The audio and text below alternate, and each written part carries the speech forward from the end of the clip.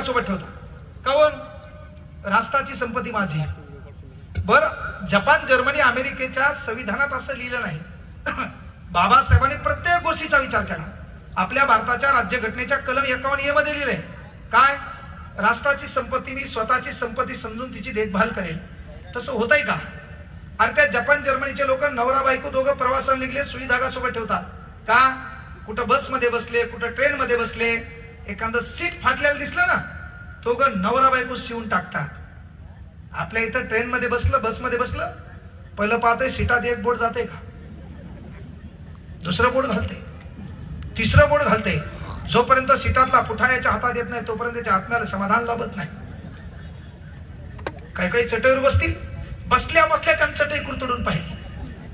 2-3 धागे निघले, जोपर्यंत खालची जमीन त्याला दिसली नाही तोपर्यंत त्याच्या आत्म्याला समाधान लाभलं नाही. काय धतुरा परिवर्तन! हे भाषणाने होत नाही. प्रत्येक गोष्ट आपल्याला माझी म्हणता आली पाहिजे. कळलं का? भारत माझा देश आहे ना. अरे घरामध्ये घर माझं आहे, आपण घरामध्ये थुकत नाही. एसटी आपली आहे, आपण पुडी खाऊन तिथं थुकणार आहेत.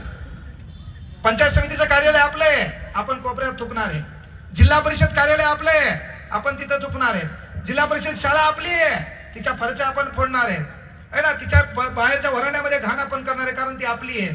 पण घर माझं आहे. घरातलं साधं उदाहरण आहे. घरामध्ये माय आपली आहे, मोठं सांभाळलं नाही तर लहान सांभाळलं, नाही तर पोरगी सांभाळलं, तिघांनाही सांभाळलं तर ती वृद्धाश्रमात जाईल. बाप आपला आहे, मोठं सांभाळल, लहान सांभाळल, पोरगी सांभाळल, नाही तर बाप वृद्धाश्रमात जाईल. पण बायको माझी आहे, तिला आपली म्हणल्यावर कार्यक्रम बिघडेल ना. तिला माझी म्हणावं लागेल, तिच्या प्रत्येक गरजा पूर्ण करावं लागतील का नाही? तसं बाप आपल्याला आपला म्हणण्याऐवजी माझा म्हणता आला पाहिजे, माय मला माझी म्हणता आली पाहिजे, मला देश माझा म्हणता आला पाहिजे. ज्या ठिकाणी समाज उपयोगी कार्यक्रम घडतात ते कार्यक्रम मला माझे म्हणता आले पाहिजे. ती माझी कल्पना आपण द्विंगत करसाल. या भारताबद्दलचे एक आदर्श नागरिक या नात्यानं स्वतःची काळजी घेसाल, मायबापाचं नाव मोठं करसाल. येणाऱ्या काळात कुठला तरी गुणवंत विद्यार्थी सत्कार समारंभ होईल, त्या ठिकाणी गुणवंत म्हणून तू सत्कार हो न हो, पण तू एक उद्योग केला, व्यवसाय केला, नोकरी मिळवली, तू कुठतरी बसलेली आहे, तू कुठतरी बसलेला आहे.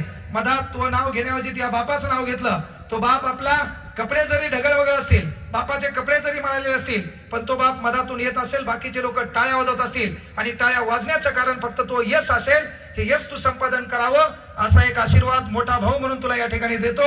मला या ठिकाणी बोलवलं, बोलण्याची संधी उपलब्ध करून दिली, त्याबद्दल सर्वांचे हृदयाच्या तळापासून आभार व्यक्त करतो. एकदा जोरदार नारा हो द्यायचा आहे.